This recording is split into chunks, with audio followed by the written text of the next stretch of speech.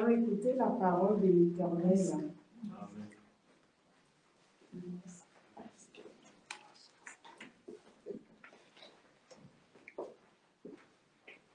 Nous allons lire dans le livre de Marc. Marc chapitre 2, versets 1 à 12.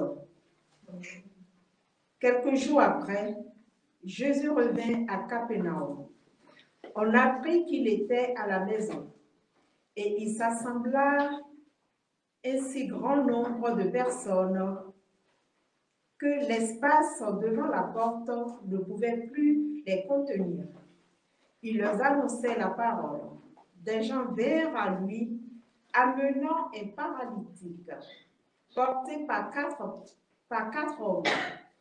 Comme ils ne pouvaient pas l'aborder à cause de la foule, ils leur découvrirent le toit de la maison où il était, et ils descendirent par cette ouverture le lit sur lequel le paralytique était couché. Jésus, voyant leur foi, dit au paralytique: « Mon enfant, tes péchés sont pardonnés. » Il y avait là quelques scribes qui étaient assis et qui se disaient au-dedans d'eux: « Comment cet homme parle-t-il ainsi? Il blasphème. Qui peut pardonner les péchés si ce n'est Dieu seul? » Jésus, ayant aussi connu par son esprit ce qu'ils pensaient au-dedans d'eux, leur dit: « Pourquoi avez-vous de telles pensées dans vos cœurs? Lequel est le plus aisé, de dire au paralytique: « Tes péchés sont pardonnés », ou de dire: « Lève-toi, prends ton lit et marche ». Or, afin que vous sachiez que le Fils de l'homme a sur la terre le pouvoir de pardonner les péchés, je te l'ordonne, dit-il au paralytique, lève-toi, prends ton lit et va dans ta maison. Et à l'instant, il se leva, prit son lit et sortit en présence de tout le monde, de sorte qu'ils étaient tous dans l'étonnement et glorifiant Dieu, disant: « Nous n'avons jamais rien vu de pareil. » Amen. Que l'Éternel bénisse sa parole dans nos vies. Amen. Amen.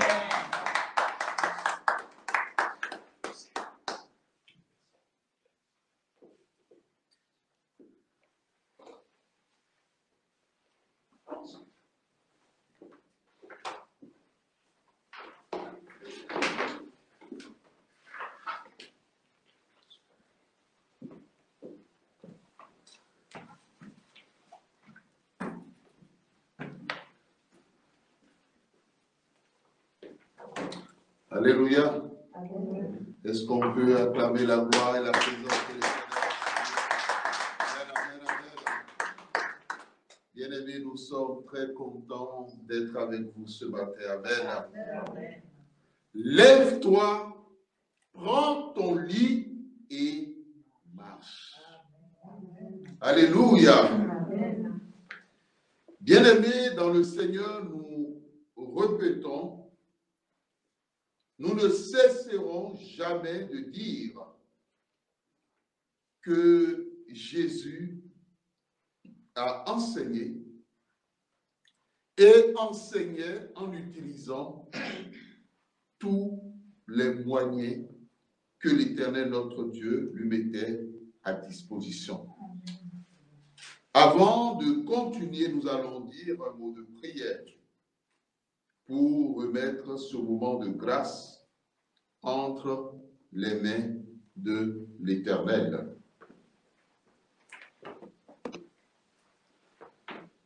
Nous bénissons l'Éternel pour sa bonté. Nous disons merci à l'Éternel pour sa fidélité. Amen. Amen. Bien-aimés, nous allons prier.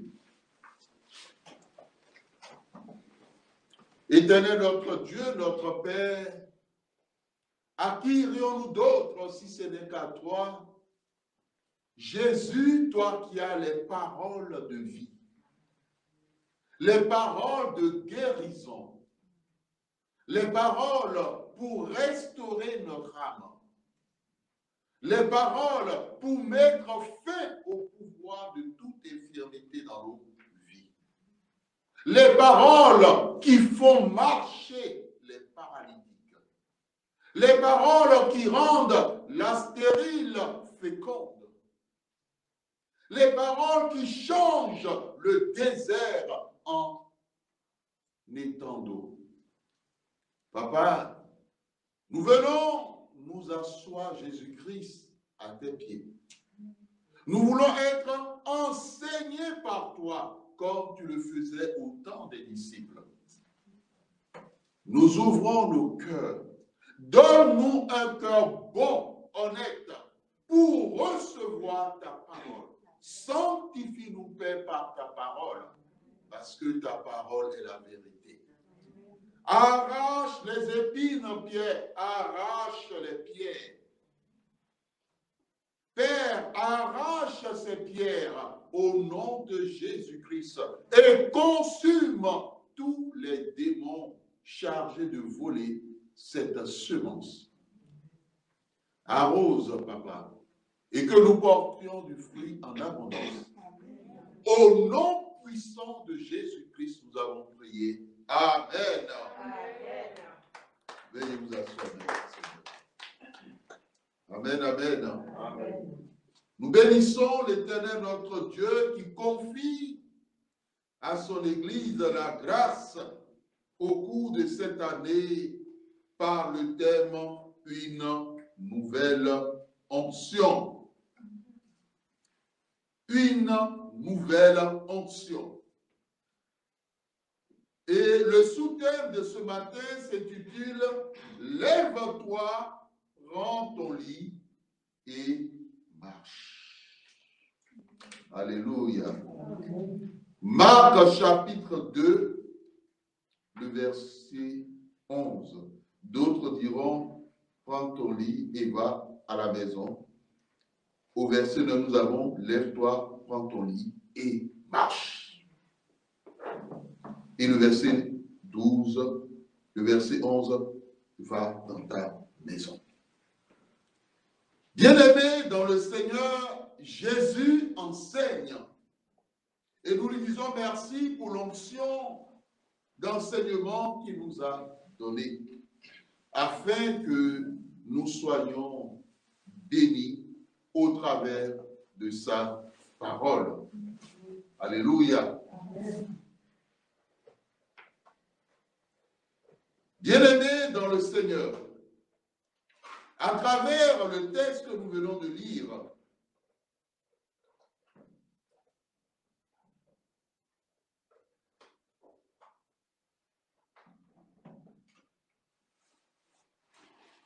quand je prêche, j'aime un souffle comme le vent doux léger.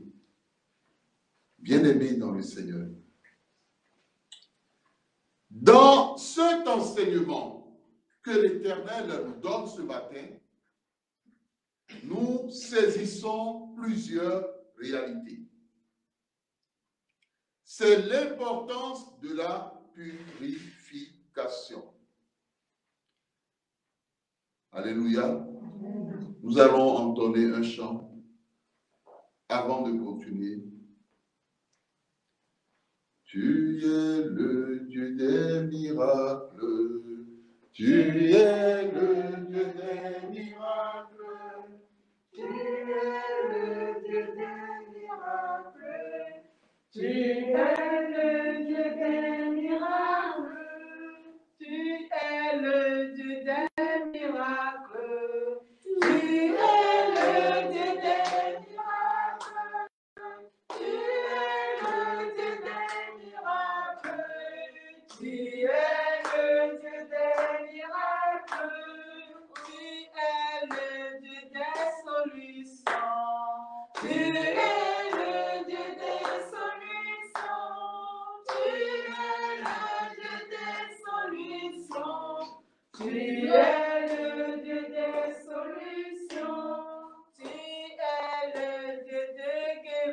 guérisons. Tu es le Dieu des guérisons. Tu es le Dieu des guérisons. Tu es le Dieu des guérisons.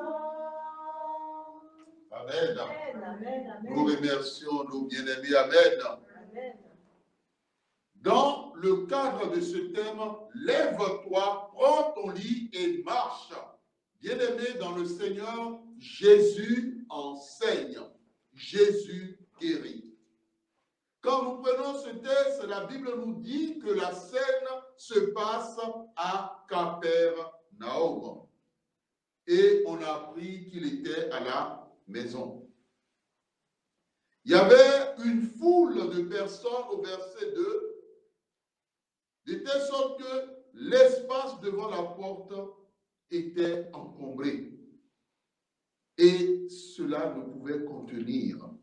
Jésus, en ce moment-là, annonçait la parole. La Bible nous dit que des gens vinrent à lui amenant un paralytique porté par 4 hommes. Alléluia. Comme ils ne pouvaient l'aborder à cause de la foule, ils découvrirent le toit de la maison où il était et ils descendirent par cette ouverture le lit sur lequel le paralytique était couché. Ce que Jésus a vu chez ces personnes, c'est leur foi, c'est leur disposition de cœur. Jésus s'adresse directement au paralytique en lui disant « Mon enfant, tes péchés sont pardonnés. » Le verset 6 au verset 8 nous montre une opposition. Une opposition venant de la part des scribes. Alléluia. Amen. Quand j'annonce la parole de Dieu, quand le moindre bruit, bien-aimé dans le Seigneur, c'est comme la connexion avec le Père est très importante. La Bible nous dit qu'il y avait là quelques scribes qui étaient assis et qui se disaient au-dedans d'eux, « Comment cet homme partit ainsi? Il blasphème. » Au temps de Jésus, quand Jésus enseignait, c'était le silence parce qu'il y avait une foule autour de lui et tout le monde voulait écouter la parole de vie parce que c'est une parole essentielle. C'est une parole qui sauve. L'opposition par rapport au pardon des péchés. Jésus a la grâce de la part de l'Éternel de savoir ce que les gens pensent dans leur cœur. Bien-aimés dans le Seigneur, et Jésus a opéré une œuvre puissante, passant d'abord par un élément, le pardon des péchés et la libération totale du paralytique. Alléluia. Amen. Bien-aimés dans le Seigneur, à travers ce texte, qu'est-ce que l'Éternel veut te dire ce matin? Quel enseignement veut-il te donner? Je prie le Saint-Esprit pour que chacun de nous soyons connectés à l'Éternel. Amen. Parce que c'est le Saint-Esprit qui enseigne. Le premier élément important en introduction de ce thème, lève-toi, prends ton lit et marche, c'est l'importance de la purification. La purification est essentielle parce que la Bible nous dit que par nature, l'homme est pécheur. Et même lorsque l'Éternel justifie l'homme en Jésus-Christ, il peut arriver, comme nous le rappelle l'apôtre Jean, dans 1 Jean chapitre 1, verset 8 et suivant, et 1 Jean chapitre 2, 1 à 10, la Bible nous rappelle que si nous disons que nous n'avons pas de péché, nous nous trompons. et que la vérité n'est point en nous. Mais si nous confessons nos péchés, il est fidèle et juste pour nous les pardonner et surtout pour nous purifier de toute iniquité. Amen. Bien-aimés dans le Seigneur, nous avons un avocat auprès du Père. Nous rappelle 1 Jean chapitre 2, Jésus-Christ, le juste, qui est la victime expiatoire, et tous nos péchés nous sont pardonnés en son nom. Amen. Alléluia, amen. Bien-aimés, la guérison de ce paralytique est associée au pardon qu'il a reçu de la part de Jésus-Christ. Cela sous-entend que lorsque nous voulons voir la manifestation de la puissance de Dieu, de la gloire de Dieu, de la présence de Dieu, de la guérison, de la délivrance ou des miracles de l'Éternel dans notre vie, nous devons être purifiés. Nous devons avoir reçu le pardon de nos péchés. Amen. Notre corps doit être purifié. Amen. Notre cœur doit être purifié. Amen. Notre être entier doit être purifié. Amen. La parole de Dieu que nous devons recevoir, nous devons dire à l'Éternel, Seigneur, que cette parole nous sanctifie. Mon frère, ma soeur, à travers ce message de ce matin, Jésus-Christ t'enseigne en te disant, pour voir la manifestation de la puissance de Dieu dans ta vie, il faut que tu demandes que le sang de Jésus te lave. Amen. Que le sang de Jésus purifie ton cœur. Amen. Il y a un chant qui dit, purifie mon cœur. Alléluia. Que le sang de Jésus purifie entièrement ton être entier. Amen. Bien-aimé dans le Seigneur, la purification par le sang de Jésus déjà apporte et ouvre la porte pour la guérison. Ouvre la porte pour la restauration. Ouvre la porte pour que tu obtiennes ton miracle. Amen. Lorsque nous prenons le miracle de l'aveugle né, cet aveugle rappelle que, mais est-ce que Dieu peut écouter la prière d'un pécheur? Et ces Juifs-là étaient confondus. Cela veut dire que le pécheur a été justifié. Et celui qui a été justifié, lorsqu'il demande quelque chose à l'Éternel, lorsqu'il est dans cette attitude, dans cette disposition de purification, il est écouté. Amen. Il voit la gloire de l'Éternel. Amen. Bien-aimés dans le Seigneur, tel est le premier élément sur lequel l'Éternel attire notre attention. Et Jésus nous rappellera dans Jean 17, verset 17, que ta parole, Père, est la vérité. Sanctifie-nous par cette vérité ou par cette parole. Amen. Amen.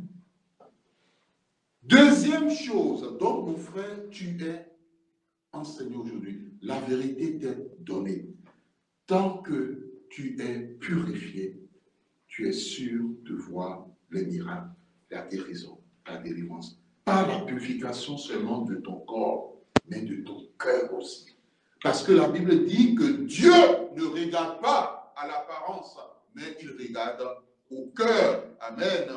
Ton être entier doit être purifié. Ta disposition à recevoir la parole de Dieu, elle doit être sincère. Alléluia. Amen. Deuxième élément important. Personne ne délivre, ne guérit le malade pour différentes raisons. Dans le texte que nous avons lu, nous voyons la distance que ces 4 personnes ont eu à faire. L'ingéniosité qu'ils ont eue lorsqu'ils ont été confrontés à un premier obstacle. Beaucoup de personnes sont enchaînées. Beaucoup de personnes souffrent d'une maladie ou d'une autre. Ces personnes ne doivent plus dire ma maladie, ne doit plus dire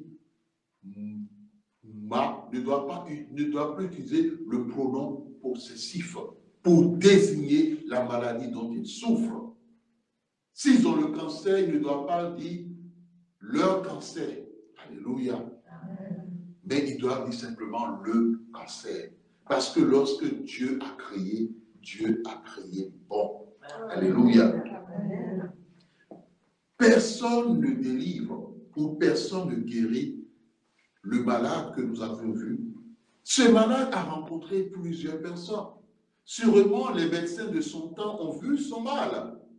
Il était entouré de plusieurs personnes. Au temps de Jésus, il y avait des personnes, il y avait des prêtres. Pourquoi aucun d'eux ne s'est soucié de la situation de ce paralytique? L'Éternel nous dit en Jésus-Christ que différentes raisons peuvent expliquer qu'une personne qui souffre de mal ou une personne qui est victime des forces du mal, différentes raisons peuvent expliquer que sa situation perdure ou dure. Première raison, c'est la distance. C'est la distance. Parce que le lieu de culte ou bien le lieu où se trouve la personne que Dieu veut utiliser pour glorifier son nom dans sa vie, la distance, elle est importante. Alléluia. Mais dans ce texte, le paralytique et les 4 hommes qui le portaient, bien aimé, ce n'était pas un bébé qu'il portait. C'était une personne d'un âge mûr et cela devait peser. Sûrement avec la distance, à un moment donné, ils ont dû s'arrêter pour reprendre un peu des forces et continuer leur marche. Donc, quel que soit ton problème, si l'Éternel te demande de faire des kilomètres, fais des kilomètres pour aller recevoir ta guérison. Amen. Fais des distances pour aller recevoir ta délivrance. Amen. Mais le plus important, on le verra, va là où l'Éternel t'indique. Alléluia. Amen. Pour le paralytique, on lui a indiqué le nom de Jésus. Amen.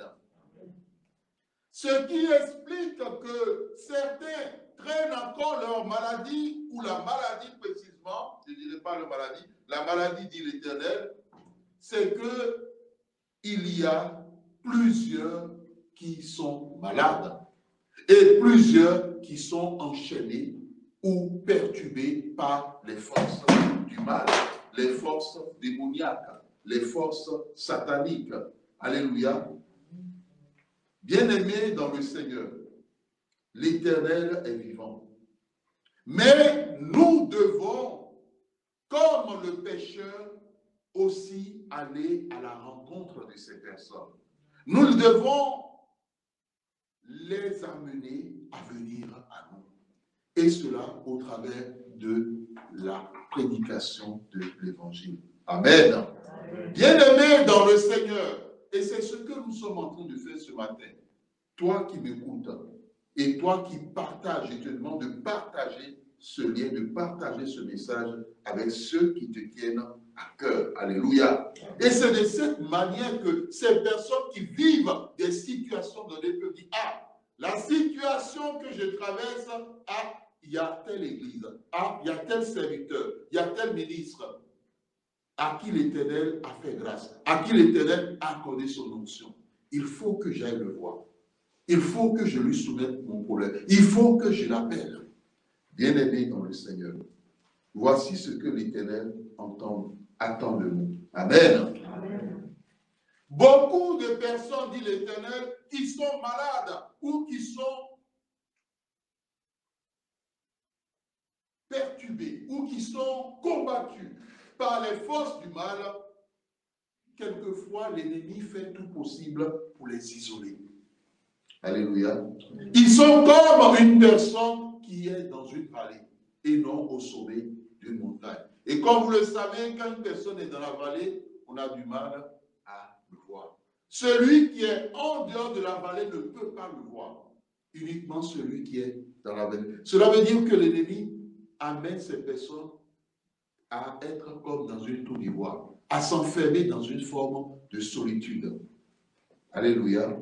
Et cela ne doit plus être le cas. Amen. Bien-aimé dans le Seigneur, quel que soit ce que tu vis en termes de problèmes de santé, en termes d'attaque des forces obscures, de sorcellerie, de magie, de l'occultisme et vice-versa, il faut que tu sortes de ta vallée. Il faut que tu ailles à la rencontre de Jésus-Christ. Amen. Il faut que tu ailles à la rencontre de personnes poussées par l'Éternel pour la guérison, pour la délivrance et pour les miracles. Et l'Église Bethlehem est cette grâce que l'Éternel t'accorde. Car c'est un ministère à qui l'Éternel a accordé la spécialisation en termes de guérison, de délivrance et de miracle. Amen. Amen. Et les témoignages sont nombreux. Alléluia. Amen. D'autres personnes s'enferment dans leur situation parce qu'on les juge. Amen. On les juge. Le diable d'abord est la première personne qui les juge en pensée. Et donc, ils ne font pas l'effort ou ils n'ont pas la volonté, ils n'ont pas la force de sortir de leur situation. Le diable dit, ah, c'est parce que tu as péché que tu as tel problème. Et ce qui fait qu'ils sont rongés par le poids de la culpabilité. Mais laisse-moi te dire ce matin que Jésus-Christ te dit, tes péchés te sont pardonnés. Amen. Amen. Toi qui es rongé par le poids de la culpabilité, ce matin, je te parle de la part de l'Éternel. Jésus-Christ te dit, tes péchés te sont pardonnés. Amen. Amen.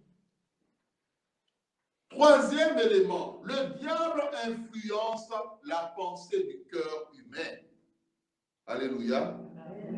Pour amener l'homme, dit l'Éternel, à prendre sa volonté pour la volonté de Dieu. Amen. Non, cela ne doit pas être ainsi. Heureusement que les 4 personnes qui ont porté le paralytique n'ont pas d'abord pensé à leur intérêt. Amen.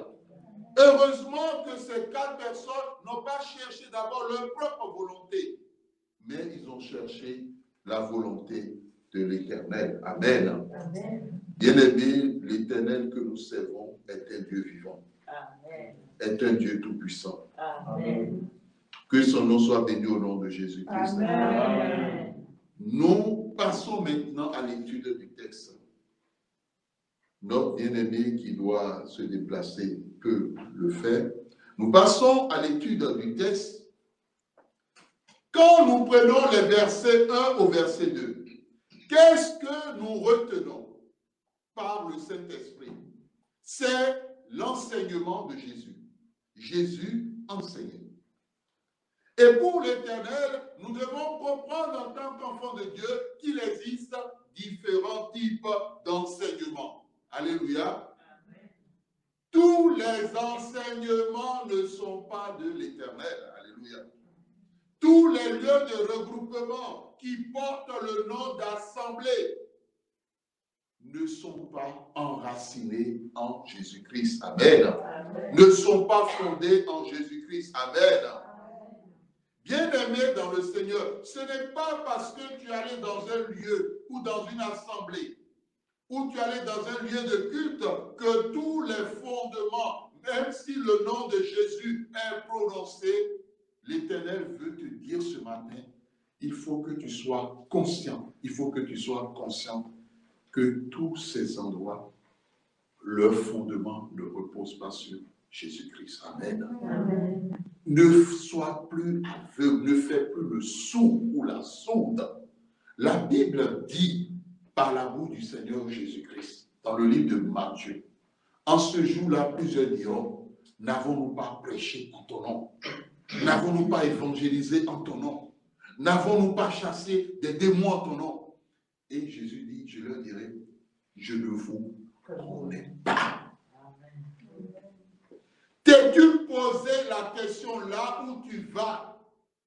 Est-ce que le Seigneur Jésus-Christ connaît ces personnes?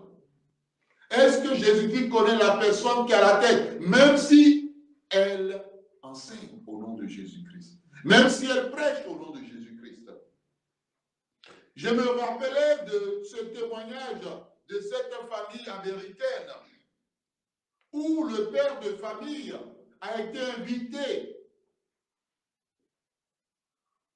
lui et son épouse, à une assemblée, on lui a dit, ah, c'est un endroit où on chante des chants de louange, où la parole de Dieu, la Bible est étudiée. Et comme c'est quelqu'un, les choses de Dieu ne l'intéressaient pas, et comme c'était un ami de son lieu de service qu'il a invité, il y est quand même pas allé, il a dit à mon épouse, j'ai mon ami qui m'a invité à une réunion, on y va. On va voir exactement ce qui se passe là-bas. Et quand il y est allé dans son témoin, il disait là-bas, il y avait de la louange. Alléluia. Amen. Et au moment de la parole, la Bible, ce qui a été enseigné à partir de la Bible. La même Bible que nous utilisons, bien-aimés, toi et moi. Mais bien-aimés, dites-vous que cet endroit, c'était une loge maçonnique. C'était une loge maçonnique. Alléluia. Amen.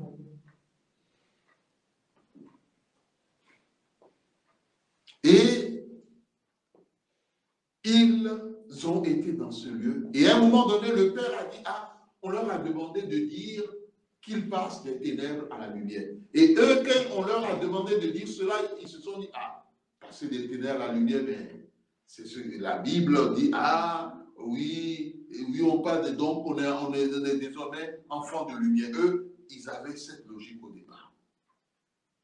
Mais ce qui s'est passé par la suite, c'est que l'esprit lié à ce mouvement a touché leur fils à un moment donné.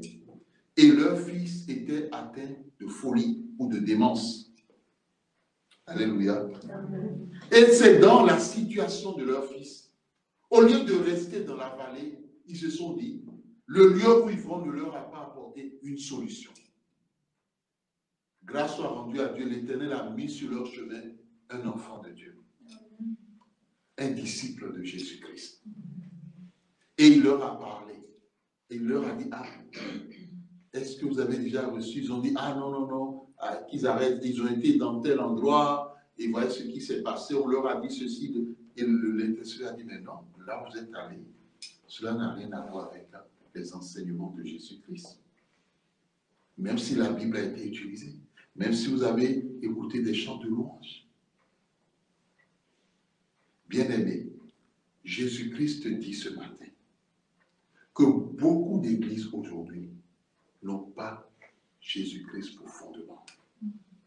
Même s'il y a des enseignements, même s'il y a la loi, même s'il y a l'adoration, beaucoup de bergers ont partisé avec le diable. Et tous les enseignements que l'on reçoit,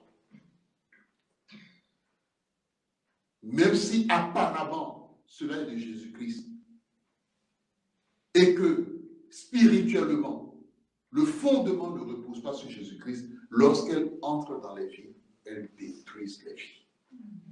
L'Éternel nous a dit, lorsque ces types d'enseignements entrent dans la vie d'une personne, elle neutralise l'onction que l'Éternel a déposée dans la vie des personnes. Amen. Amen. Ces types d'enseignements éteignent la lumière que l'Éternel a déposée en eux. Ce type d'enseignement a pour finalité de les détourner de l'Éternel et par la suite que ces personnes s'orientent vers d'autres pratiques, soit d'idolâtrie, soit de voyance, soit d'occulte. Parce que, bien aimé, il n'est pas possible que la parole véritable de Dieu soit enseignée, bien aimé, et qu'une personne, après avoir écouté cet enseignement, court vers un marabout, ou bien court vers une voyante, ou un magnétiseur. Ce n'est pas possible. Ce n'est pas possible.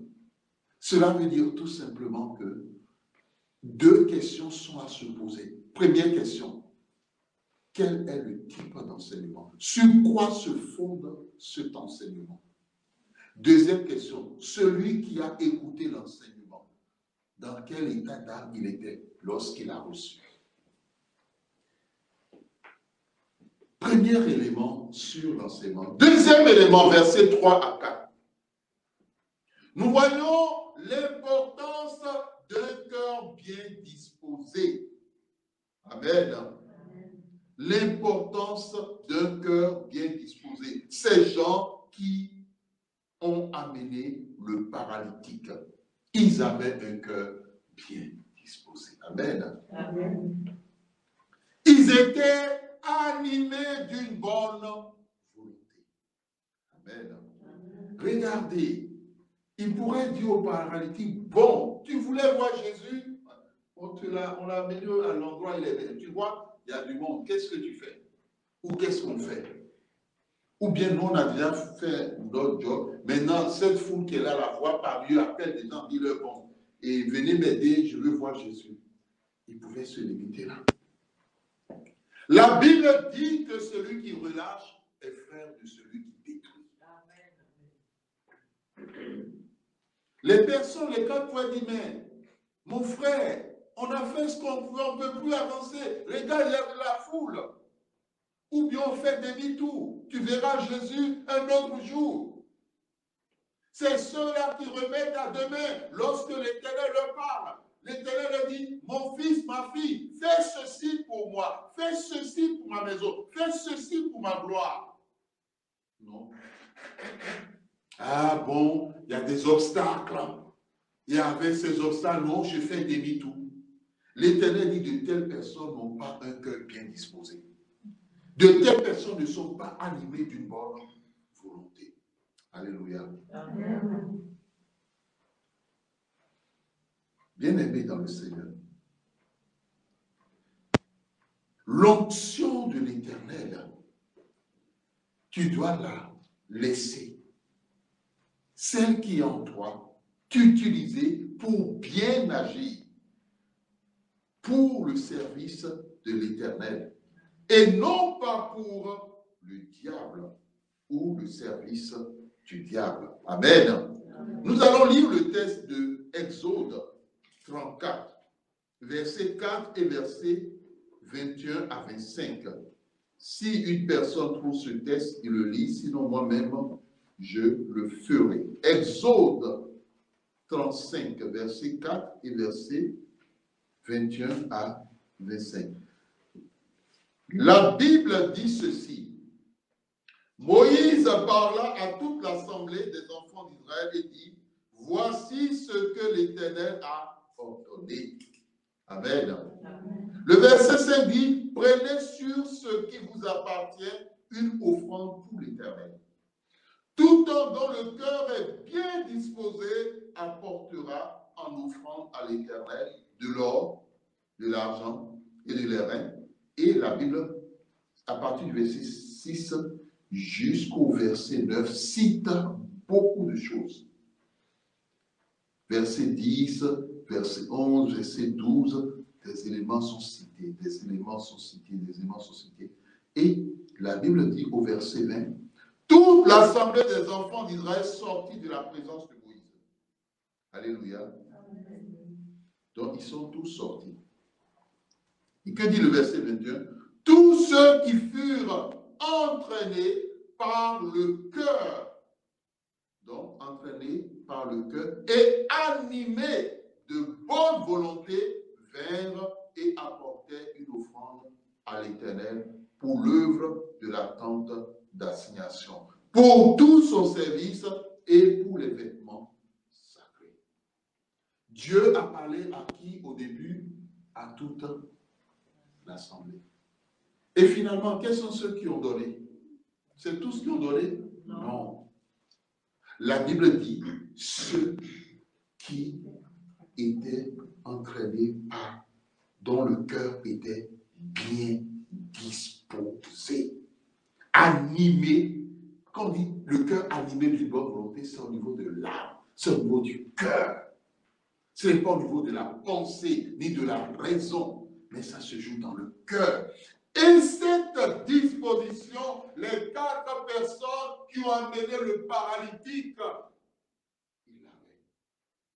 Quand les 4 personnes ont amené le paralytique, bien aimé, ceux qui étaient autour de la maison ou qui étaient là, qui écoutaient, Est-ce qu'on dira que quelqu'un parmi eux n'ont pas vu les intéressés? Il y aura toujours quelqu'un qui a vu. Qu'est-ce qu'ils ont fait, ceux-là qui étaient là? Rien. Rien. Assembler. Ils n'ont rien fait. Les cas étaient animés, c'est-à-dire ce qu'ils ont fait, ils l'ont fait de tout leur cœur, de toute leur âme, de toute leur force. Ce qui fait que quand tu es animé d'une bonne volonté, dit l'Éternel, il n'y a pas d'obstacles qui tiennent. Parce que face aux obstacles, à cause de la disposition de ton cœur, le Saint-Esprit te parlera. La sagesse, l'intelligence que Dieu t'a donnée, l'Esprit de Dieu le saisira pour te dire, procède ainsi. Alléluia, amen.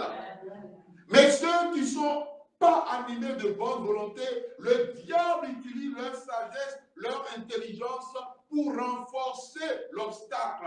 Et pour dire, bon, après tout, qu'est-ce que je n'ai pas fait? Il y avait un obstacle, je ne pouvais pas faire autrement, alors je suis parti. Alors j'ai laissé tomber. Bien-aimé, l'Éternel ne veut plus que tu aies cette disposition du cœur. Parce que son onction est en toi. Amen. Son don est en toi. Amen. Son ministère est en toi. Amen.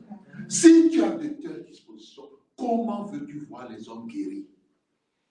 Comment veux-tu voir les hommes libérés? Comment veux-tu voir toutes ces âmes que le diable a enchaînées être libérées? Ce n'est pas possible. Ils resteront toujours dans leur situation. Si les gens avaient dit, bon, monsieur le paralytique, tu te démerdes, tu te débrouilles. On a fait ce que nous pouvons. Ils n'auraient jamais été guéris. Ils n'auraient jamais été pardonnés. Mais qu'est-ce qu'ils ont fait? La Bible dit, ils ont fait quelque chose d'extraordinaire. Ils sont montés. Amen. Amen. Quand on veut voir la gloire de Dieu, il faut monter. Amen. Il faut affronter les obstacles. Amen. Il faut dépasser les obstacles. Amen. Amen. Ce qui est dit impossible, tu te dis dans ton cœur, cela est possible. Amen. Amen. Bien-aimé, quelle garantie avait-il ces quatre-là que quelque chose allait se passer dans la vie du paralytique? Aucune garantie. Aucune garantie. Peut-être l'un d'eux dira, ah, monter sur ce toit-là, ah, mes hanches. Ah. Si je me déplace une hanche en cherchant sur tout ce toit, il doit peser. Ah, non. On ne va pas payer pour ça. Mais non, bien-aimé, la Bible nous dit ceci. Comme il ne pouvait l'aborder à cause de la foule, il découvrit le toit de la maison. Ce qui veut dire qu'ils sont montés. Amen. Et ils ont bien aimé. C'est ce qu'on appelle une bonne disposition. Ils pouvaient commencer à réfléchir. Ah, si on enlève, on découvre le toit de la maison de cet homme, est-ce qu'il ne va pas nous dire, vous me payez la destruction, le dégât que vous aviez fait au niveau du toit de ma maison? Bien aimé, beaucoup d'idées peuvent le remplir. La tête nous dit, ah mais c'est pas chez nous. On ne connaît pas même qui est le propriétaire. Est-ce que si on fait ça, il ne va pas nous chiffrer les frais de réparation? Bien-aimé dans le Seigneur, non. L'onction que Dieu a mis en toi, laisse cette onction te quitter. Amen. Et sache que tu ne peux pas être efficace entre les mains de l'Éternel si tu n'es pas animé d'une bonne volonté. Amen. Tu ne peux pas être un instrument puissant pour la guérison, la délivrance si tu n'es pas animé d'une bonne volonté. La bonne volonté que Dieu a mis en toi, l'Éternel te dit ce matin, que tu sois serviteur de Dieu, tu sois servante de Dieu, que tu sois ministre ou pas, que tu sois laïque, simple, fidèle, ne mets plus cela au service du diable. Mets cela au service de l'Éternel. Amen. Amen. Le mystère de l'acte posé par ces quatre personnes, ces quatre personnes, ils ont tout compris. Et quand ils ont découvert le toit, ils ont, par cette ouverture, bien aimé, c'est sûr qu'ils ont enlevé les pailles, parce qu'on voit comment les toits étaient construits à l'époque. Ils ont enlevé les pailles, ou bien les tuiles, ils ont enlevé. Il y a eu des bois, ils ont fait un travail extraordinaire pour que le lit puisse passer. Et non seulement, vous savez, quand une personne est animée d'une bonne volonté, tout ce qu'il fait lui réussit. Amen. Même par rapport à l'œuvre de Dieu. Mais s'il n'a pas une bonne volonté, il y aura quelque chose là-dessus. Amen. Dites à votre enfant, à mon enfant, et balaye le salon. Bien aimé, si votre enfant est animé d'une bonne volonté, quand vous entrez dans le salon, vous direz, mon enfant, bravo. Ah, mon enfant, je te fais la bise. C'est très bien ça. Mais si en rentrant dans le salon, il y a une feuille qui est à côté là, il y a de l'eau qui est un peu quelque part, il y a la bouteille de la veille qui est entassée, et il y a encore des saletés par-ci par-là. Vous avez dit, mon enfant, il n'est pas animé d'une bonne volonté. Amen. Et surtout si l'enfant, au moment où il est en train de faire, et il est en train de nettoyer, et soit par l'aspirateur, il casse la vase qui coûte cher de la mère de famille. Quand la mère de famille entrera, il va simplement mettre la main sur la tête. Et il y a certains enfants, quand ils cassent ça, ils ramassent rapidement, et puis ils vont jeter, on ne voit pas le reste, en oubliant que tout ce qui se caille, il y a toujours quelque part un petit morceau qu'on peut trouver après, et puis on dit, mais ce morceau-là. Et puis on regarde l'emplacement où devait se trouver la chose. Et puis la mère de ta famille met la main sur la tête. Oh, mon vase de Chine. Bien aimé dans le Seigneur, la bonne volonté. Et c'est ce que l'Éternel veut de tous les membres du Nickel, de tous ceux qui sont disciples. Amen. Ce que ces 4 personnes ont fait, l'Éternel me demande de te poser la question, l'aurais-tu fait? Pose-toi la question. L'aurais-tu fait? D'abord, tu as fait des kilomètres pour amener le panier. Ensuite, face aux obstacles, tu te dis, bon, on continue. Et tu montes, tu te retrouves sous le toit. Toi, un père de famille, une mère de famille, tu te retrouves sur le toit, en train d'enlever, de détruire le toit de quelqu'un. Amen. Enlever tout, et puis après, tu utilises ton physique, tu te tiens, et puis tu fais descendre. Ah, Seigneur, tu fais descendre le malade par cette ouverture. Alléluia. Amen. Jusque, c'est-à-dire, il localise Jésus. Amen. Il ouvre, il découvre. Ah non, il n'est pas ici, il faut qu'on aille un peu devant. Ils enlèvent, il est là. C'est par là que nous descendons. Regardez, moi, dans ma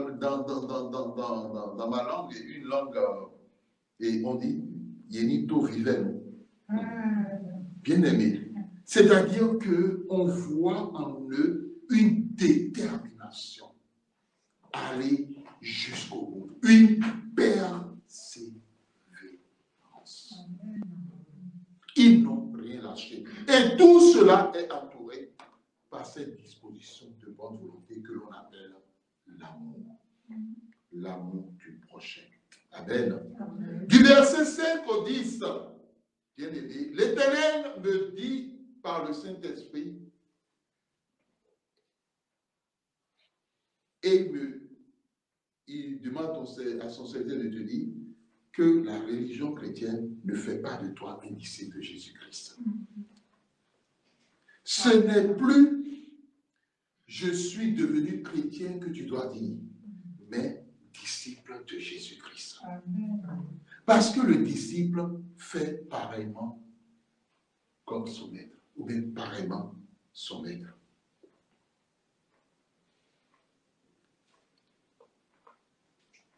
Celui qui ne vit pas comme un disciple, il commettra l'iniquité. il tombera, il sera renversé, il ne pourra pas se relever. Et ce qui est la caractéristique de ceux qui commettent l'iniquité, c'est de juger les autres. Alors l'Éternel leur pose la question, mais qui leur a établi juge? Qui t'a établi juge? Et dans ce texte, qui a établi l'esprit juge sur Jésus? Mais qui est-il celui-là? Pour qu'il puisse dire, tes péchés te sont pardonnés. Bien-aimés dans le Seigneur, regardez-moi ça. C'est-à-dire que toute la souffrance que les parents ont eue, toute la détermination qu'ils ont eu à faire, malgré les premiers obstacles qu'ils ont rencontrés, le malade, on le descend au niveau de Jésus. Les obstacles se disent, bon, maintenant c'est bon. Jésus va opérer son miracle. Maintenant, voici ceux qui se disent religieux, ceux qui se disent croyants, et ils commencent à parler. Ah, comment est-ce qu'il peut parler ici? Hein? Comment est-ce qu'il peut parler ici? Comment cet homme parle-t-il ici? Il blasphème. Qui peut pardonner les péchés si ce n'est Dieu seul? Parce qu'ils étaient obscurcis dans leur pensée, dans leur jugement. Ils étaient aveugles malgré qu'ils avaient les yeux pour voir. Ils étaient sourds malgré qu'ils avaient des oreilles pour entendre. Parce qu'ils n'ont pas laissé la parole de Dieu changer leur cœur. Ils n'ont pas laissé la bonne disposition toucher leur âme et leur esprit. Amen. Bien-aimé dans le Seigneur, ne laisse plus personne te juger. Amen. Ne laisse plus personne te juger, dit l'Éternel. Amen. Ne laisse plus personne te juger, dit l'Éternel. Amen. Être disciple, c'est avoir la foi. Et c'est ta foi qui t'amène à t'enquérir de la situation de l'autre, de ton frère, de ta soeur. C'est ta foi qui te permet de dire, ah, mon frère, ma soeur passe par des moments difficiles, ou est confronté à une bataille, à un problème de santé, est attaqué dans son sommeil par des forces obscures, par des maris de nuit, par des femmes de nuit, est perturbé par l'autel de sa famille, est dérangé par ceux qui font des sacrifices de sang. Ta foi doit amener l'autre à vivre. Ta foi ne doit pas semer la mort. Ta foi ne doit pas amener l'autre à demeurer dans sa situation de détresse, mais à le sortir de là. Amen. Aujourd'hui, dit l'Éternel, dans nos églises, il y a plein de Saül. Il y a plein de Saül. Des personnes que Dieu, dans sa grâce, a choisies. Des personnes qui ont rencontré des ministres, des serviteurs de Dieu, qui étaient oués. Mais des personnes qui ont pensé uniquement à leur ventre, qui ont pensé uniquement à leur propre intérêt. Des personnes qui ont décidé à un moment donné qu'ils étaient au-dessus de Dieu, de ne pas écouter l'Éternel. Des personnes, l'Éternel leur a dit, faites ceci, comme l'Éternel a dit, Saül, les Amalécites, tu t'en occupes totalement. Et Saül s'est dit, mais non, pourquoi faire cela? Au niveau des Amalécites, il y a les bœufs gras, il y a les veaux gras, il y a cet or, il y a cet argent. Il faut qu'il négocie avec le roi. Je pense qu'il s'appelle Agab, mais je ne me rappelle pas de son nom. Qui négocie avec le roi. Amen.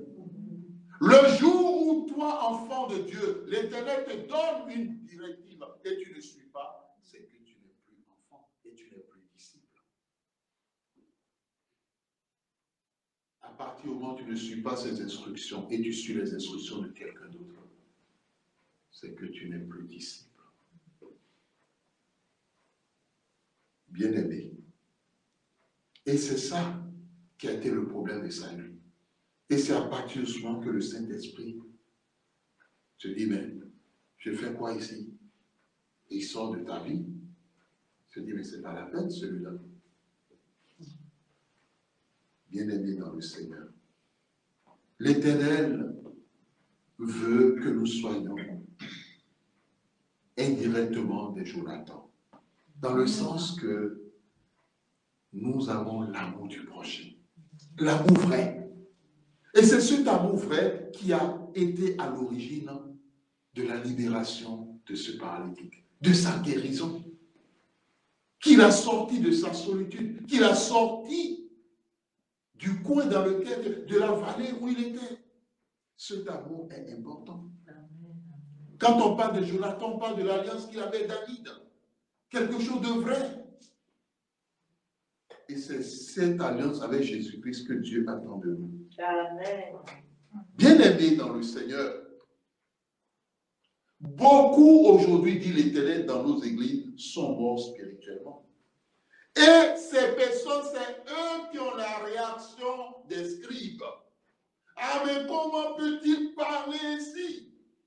Est-ce qu'il ne sait pas? Mais ça, c'est un blasphème.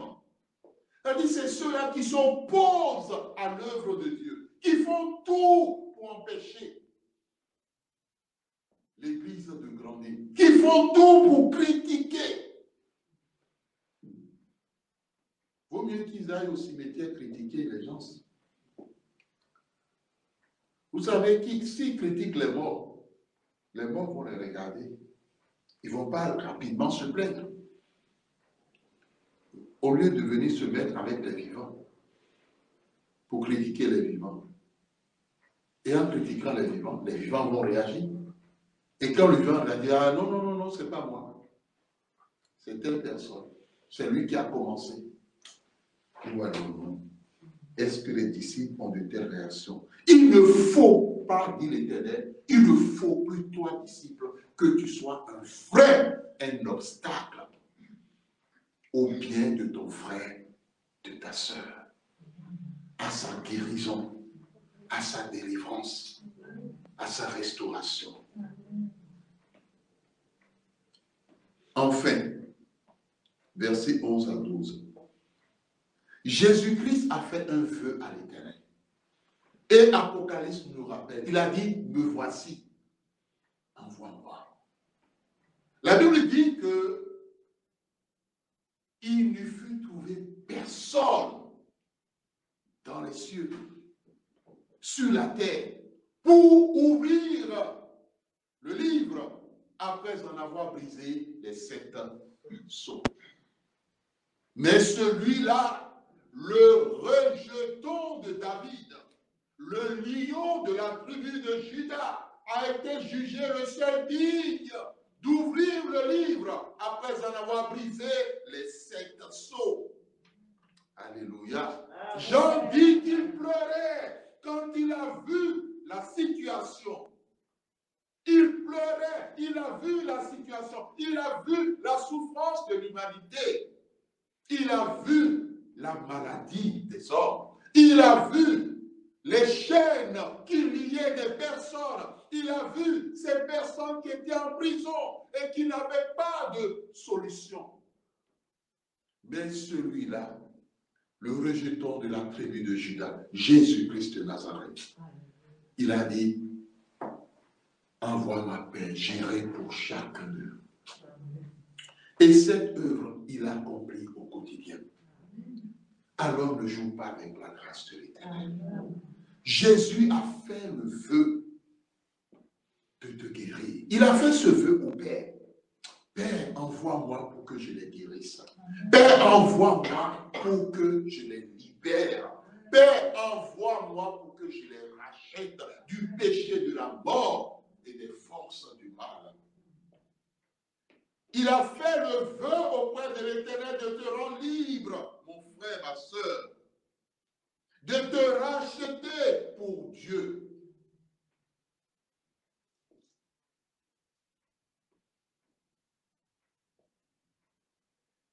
Je ne me rappelle pas de ce chant-là où, dans l'une des soirs, on dit racheter pour Dieu. Alléluia. Bien-aimé, l'Éternel m'a dit clairement ce matin, et surtout au moment où je préparais ce message, il m'a dit, le véritable problème de ces enfants aujourd'hui dans l'Église, c'est l'amour de l'argent. Et que cet amour est un frein à l'œuvre de Dieu. C'est l'amour de l'argent. Je bénis l'Éternel parce qu'il y a une parole qui m'a touché hier. C'était une sœur en Christ, une conseillère de l'Église. Elle disait ceci, elle sait que tout l'argent qu'elle a, c'est l'Éternel qui le lui donne. Et que cela vient de l'Éternel. Et ce qui fait qu'à un moment donné, avant, elle passait son temps à aller voir son compte bancaire, son relevé, combien il y a sur mon compte, combien il y a sur mon compte. Et quelquefois, elle se mettait la pression toute seule. Parce que quelquefois, qu'elle voyait le montant, une pression venait. À un moment donné, elle s'est dit, conduite par le Saint-Esprit, bon, je ne passerai plus mon temps à aller voir combien. Non.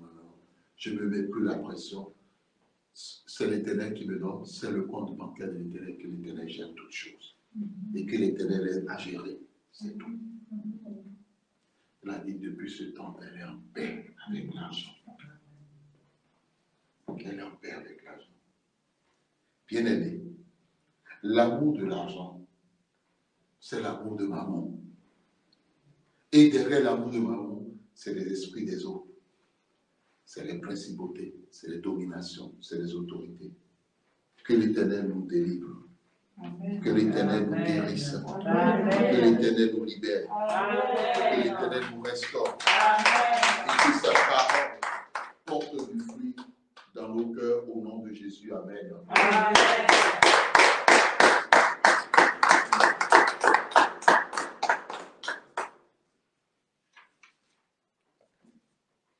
L'enseignement de Jésus. Nous avons été enseignés. En résumé, toi qui es membre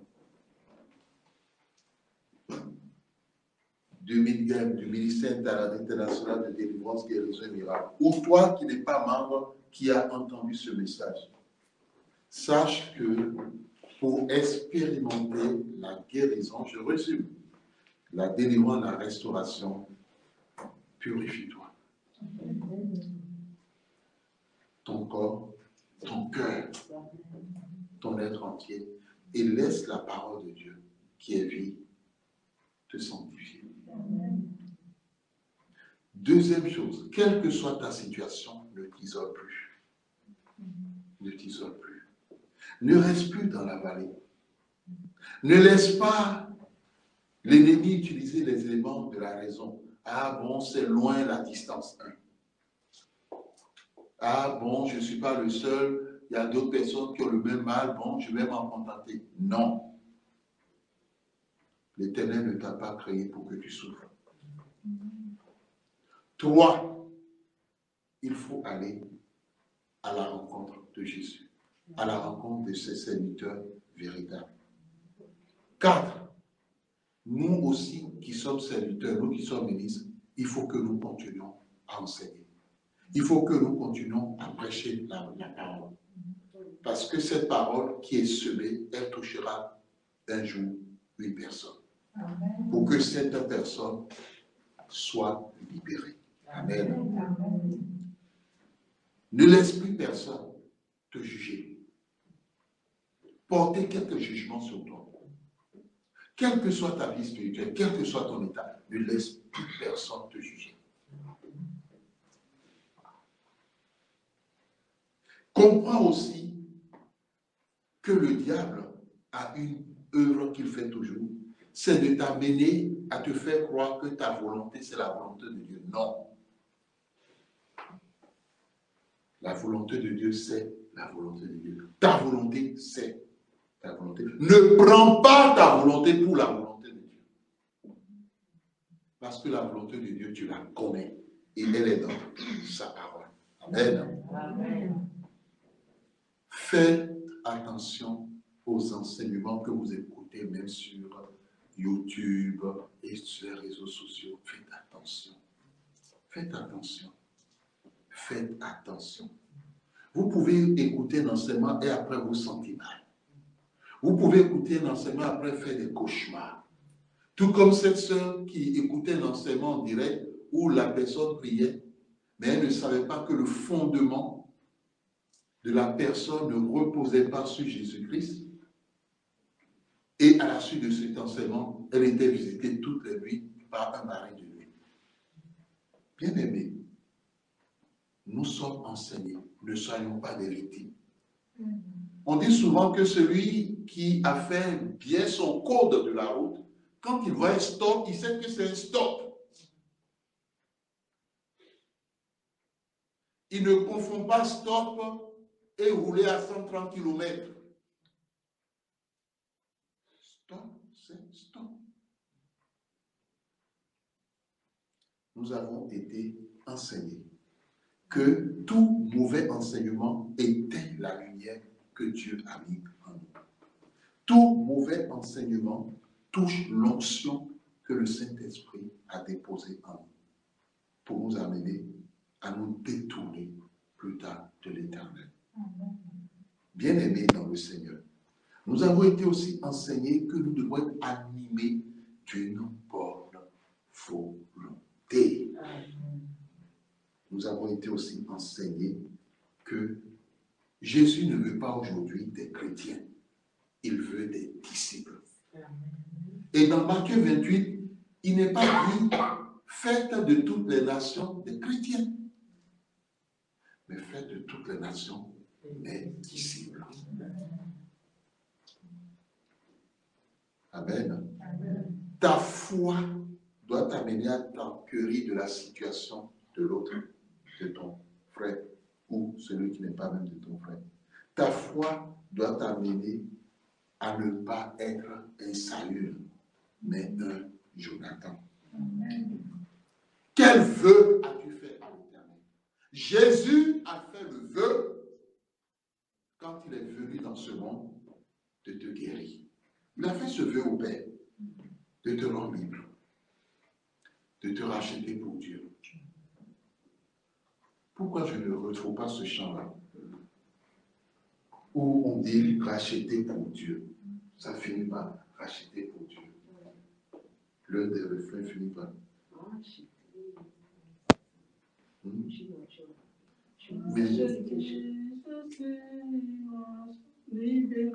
Non. Où on dit que les personnes ont été rachetées pour Dieu. Alléluia. Amen. En tout cas, que Dieu soit loué.